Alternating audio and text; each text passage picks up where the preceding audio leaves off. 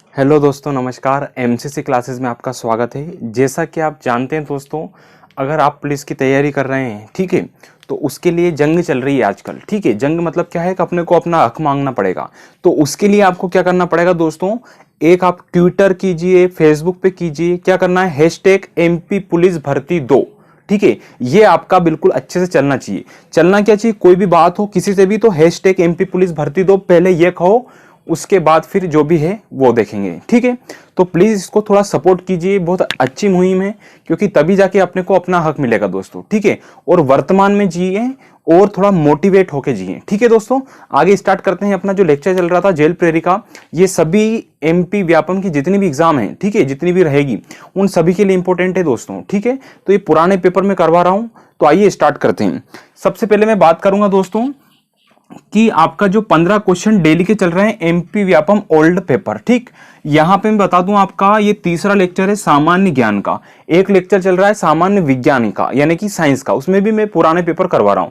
तो आप लोगों ने नहीं देखे तो प्लेलिस्ट में जाके देख सकते हैं। ठीक है, और साथ में आप एमसीसी क्लासेस ब्यावरा, ठीक है, मैं लिख देता हूं यहाँ पे, जो चैनल है अपना वही है, उसको आप सर्च कीजिए टेलीग्राम पे और जुड़ सकते हैं टेलीग्राम ग्रुप से दोस्तों। ठीक है, अब मैं बात करूंगा जो आपका प्रश्न था पहले, है ना, बहुत सारे लोगों ने सही आंसर दिया कि इंदौर को कपड़ा नगरी बोल दिया अपन ने। ठीक है, दूसरा आजकल ये प्रश्न है आपका कि रीवा के राजा थे दोस्तों रामचंद्र। कौन थे?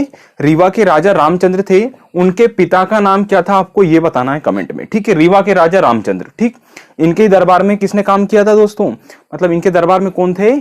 तानसेन थे। बाद में कहा गए, अकबर के नौरत्नों में से एक हुए वो, तो इसीलिए प्रसिद्ध है, इसलिए इंपॉर्टेंट है। ठीक है दोस्तों, अब आगे बात करता हूं मैं कि भीमबेटका जो स्थान है, ठीक है, भीमबेटका स्थान है, यहां पर भीमबेटका की खोज की थी विष्णुनाथ तामसकर ने। किसने की थी दोस्तों? विष्णुनाथ तामसकर ने। ठीक है, और भीमबेटका रायसेन जिले में पड़ती है। इस पे अभी हम चर्चा करेंगे, नक्शे से आपको मैं रायसेन जिला दिखाऊंगा दोस्तों। ठीक है, फिर अगला प्रश्न आता है दूसरा कि मध्य प्रदेश में महापाषाण कालीन स्थल है, तो दो स्थल है मध्य प्रदेश में, कौन कौन से? एक है सीधी और दूसरा है रीवा। ठीक है दोस्तों, पहला रीवा और दूसरा सीधी, दोनों याद रखना है आपको। ठीक, तीसरा प्रश्न आता है मंडला जिले में नर्मदा नदी के किनारे आश्रम बनाया था दोस्तों। इतिहास का प्रश्न है ये, आश्रम बनाया था, किसने बनवाया था? भगवान परशुराम जी ने आश्रम बनाया था। ठीक है, कहां पे? मंडला जिले में। किस नदी के किनारे? तो नर्मदा नदी के किनारे। ठीक है दोस्तों, अगला आता है आपका दंडकारण्य वन का नाम किसके पुत्र के नाम पर पड़ा? तो ये पढ़ा था दोस्तों इक्ष्वाकु के पुत्र, जिनका नाम था दंडक। क्या पुत्र था इनका नाम? पुत्र का नाम था दंडक। ठीक है, आगे बात करता हूं नागवंश। क्या है दोस्तों? नागवंश। तो नागवंश के शासकों के सिक्के कहां से प्राप्त हुए हमें? तो विदिशा से प्राप्त हुए। कहां से हुए प्राप्त? विदिशा से प्राप्त हुए दोस्तों। ये 4 से 5 प्रश्न अपन ने किए, मैं अब आपको नक्शे से बता देता हूं दोस्तों, कंप्लीट कर लेते हैं फिर बताता हूं। ठीक है, अच्छा, छठा प्रश्न है गुहिल वंश। क्या लिखा है दोस्तों? गुहिल वंश जो था वो कहां का था आपका? तो मंदसौर का। मैंने थोड़ा शॉर्ट कर दिया इसको ताकि अपन थोड़ा ज्यादा चीजें पढ़ सके साथियों। तो गुहिली वंश जो था वो मंदसौर से संबंधित है आपका। फिर आता है अगला प्रश्न कि अकबर की अंतिम विजय कौन सी थी? तो अकबर की जो अंतिम विजय थी दोस्तों वो थी असीरगढ़ किला। ठीक है, अब असीरगढ़ किला कहां पड़ता है? तो ये पड़ता है आपका बुरहानपुर जिले में। कहां पड़ेगा साथियों? बुरहानपुर जिले में। ठीक है, इसी में रिलेटेड एक चीज और मैंने जोड़ी है आपके लिए अकबर से। ठीक है, पूछा जाता है कि जब अकबर का शासन चल रहा था उस समय मालवा के राजा कौन थे? तो उस समय मालवा के राजा थे दोस्तों बाज बहादुर। ठीक है, और बाज बहादुर संगीत प्रेमी थे। क्या थे? बाज बहादुर संगीत प्रेमी थे। कहां के शासक थे? तो मालवा के शासक थे, यानी कि या तो मांडू भी आ सकता है ना, क्या आ सकता है? मांडू या मालवा के शासक कौन थे? बाज बहादुर, जो कि संगीत प्रेमी थे। ठीक है, अकबर के समय की बात है ये। ठीक, अगला आता है 8वां कि भोपाल में ताजुल मस्जिद है दोस्तों। क्या है? भोपाल में ताजुल मस्जिद है, ये किसने बनवाई थी? तो ये बनवाई थी शाहजहां बेगम ने। किसने बनवाई थी दोस्तों? शाहजहां बेगम ने। एक प्रश्न और इससे रिलेटेड आता है दोस्तों कि भोपाल में किन किन महिलाओं ने शासन किया, है ना, तो ये 3-4 नाम है, आपको कमेंट में करना है दोस्तों किन किन ने किया। ठीक है, मैं बता नहीं रहा हूं, पूछ रहा हूं आपसे, तो आप कमेंट में जरूर बताइएगा। ठीक है, अब मैं आपको ये जिलों से आपको बता देता हूं कि कौन सा जिला कहां पर स्थित है। तो आइए अपन नक्शे से देखते हैं दोस्तों, है ना, थोड़ा सा टाइम लग रहा है लेकिन मैं आपको बता देता हूं। ये आपका मध्य प्रदेश का नक्शा है दोस्तों, ठीक है। अब मध्य प्रदेश के नक्शे में आपसे पूछा गया भीमबेटका। अब भीमबेटका कहाँ है दोस्तों, तो भीमबेटका है अपनी रायसेन जिले में। कहाँ है दोस्तों, रायसेन जिले में। तो रायसेन जिला अपना कहाँ पड़ रहा, ये आपका रायसेन जिला हो गया यहाँ पे, ठीक है। आपको ये याद रखना है। और यहीं पे क्या है दोस्तों, भीमबेटका नामक स्थान है, ठीक है, अब्दुल्लागंज के पास। फिर आता है मध्य प्रदेश में महापाषाणकालीन स्थल, अपन ने रीवा और सीधी पढ़ा। तो रीवा आपका यहां हो गया और इसी से रिलेटेड सीधी कहां हो गया दोस्तों, नीचे। इन जिलों को याद रखिए और इनकी सीमा किससे लगी हुई है ये भी आप याद रखिए, ठीक है। फिर आता है मंडला जिले की, हमने बात करी। तो मंडला जिला आप जानते हैं, अपन ने एक बार पढ़ा था कि ये आपका कहां पे पड़ता है, जो नर्मदा नदी है वहां पे आपका मंडला जिला पड़ता है दोस्तों, ठीक है। तो ये आपका मंडला जिला हो गया यहाँ पे, ठीक। अगला आता है अपना इक्ष्वाकु वंश दंड, ये छोड़ दो आप। फिर आता है विदिशा। तो विदिशा कहां पड़ता है दोस्तों, तो विदिशा आपका ये रायसेन के जस्ट ऊपर विदिशा पड़ता है, ठीक है। फिर नेक्स्ट हमने बात करी थी मंदसौर की, ठीक है। तो मंदसौर कहां पड़ता है दोस्तों, ये रहा आपका मंदसौर, ठीक है। गांधी सागर बांध यहीं पे आपका चंबल नदी पे, ठीक। फिर आता है असीरगढ़ का किला बुरहानपुर। तो बुरहानपुर यहाँ पे जो मध्य प्रदेश का सबसे दक्षिणतम जिला है दोस्तों, ये आपका बुरहानपुर है, ठीक। फिर और जिले की हमने बात करी है भोपाल की एक, ठीक है। ये लास्ट जिला है इसमें, फिर मैं आगे भी बताऊंगा आपको। भोपाल जिला, ये रहा भोपाल जिला आपका, ठीक है। तो आप थोड़ा नक्शा रखिए अपने पास, नक्शे में देखिए, हाँ साहब ये जिला यहाँ पर है। तो आज कितने, 1 2 3 4 5 6, ये 6 आपके क्या हो गए, जिले कंप्लीट हो गए, ठीक है। आपको याद रखना है, आपको ये सर्च कर लेना है, अपने आप में कमेंट करने की कोई आवश्यकता नहीं है। आपको क्या करना है कि विदिशा किस संभाग में आता है, भोपाल किस में आता है, रायसेन किस में आता है, ठीक है। उसके बाद आता है मंडला किस संभाग में आएगा, सीधी किस में आता है, रीवा किस में आता है। अपने आप में सर्च कीजिए, नोट्स बनाइए, लिखिए बार बार। तो ये नक्शे से अपनी यहाँ पे पढ़ाई होती है। आगे मैं और भी क्वेश्चन करवाता हूँ, क्योंकि डेली का अपना टारगेट है दोस्तों 15 क्वेश्चन का। और आगे भी अगर नक्शे जिले की बात होती है तो मैं आपको नक्शे से बताता हूँ दोस्तों। तो अगर आपके पास नक्शा नहीं है तो प्लीज इसको नक्शे को जरूर खरीद लीजिए। आगे की चर्चा करते हैं साथियों। अब है आपका अगला प्रश्न कि डिल्लन शाह, ठीक है, क्या नाम है दोस्तों, डिल्लन शाह।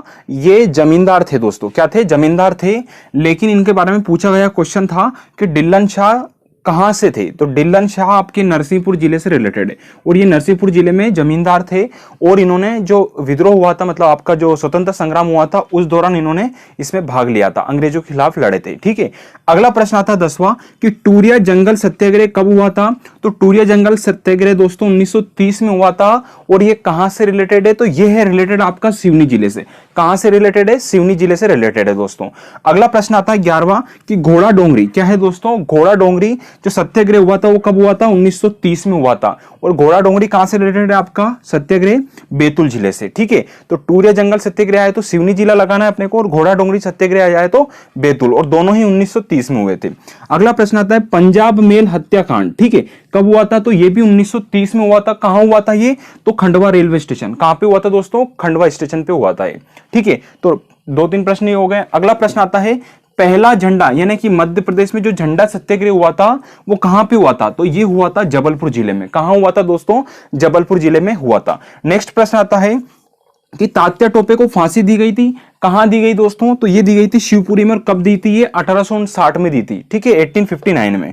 अगला प्रश्न है चरण पादुका नरसंहार, ठीक है, कब हुआ था, ये हुआ था 1931 में दोस्तों। ये 1930-31 के आसपास की घटना बता रहा हूं मैं, है ना। इतिहास से रिलेटेड प्रश्न मैंने लिए हैं सारे। तो एमपी का जलियांवाला बाग कांड भी क्या कौन कहलाता है दोस्तों, चरण पादुका नरसंहार, जो कि 1931 में हुआ था। ये कुछ प्रश्न है। एक प्रश्न और मेरे जहन में आया तो मैंने आपसे पूछ लिया दोस्तों। प्रश्न है आपका कि लालगढ़ जो किला है वो मध्य प्रदेश में किस रियासत से रिलेटेड है, ठीक है। आइए आपको कमेंट में आंसर देना। 2 प्रश्न है आज के। क्या प्रश्न है कि रीवा के राजा रामचंद्र थे, इनके पिता का नाम आपको बताना है। दूसरा प्रश्न है लालगढ़ किला कहां पे स्थित है। दोस्तों वीडियो अंत तक जिन्होंने देखा उनका बहुत बहुत शुक्रिया, ठीक है। इसी प्रकार थोड़ा सा सपोर्ट जरूर आपकी आवश्यकता है कि वीडियो पूरा देखें दोस्तों। अब मैं आपको जिले बता देता हूं कि कौन सा जिला कहां पे अपन ने बात करी, ठीक है। तो इसमें जो प्रश्न आता है दोस्तों वो है आपका, पहला आया नरसिंहपुर, ठीक है।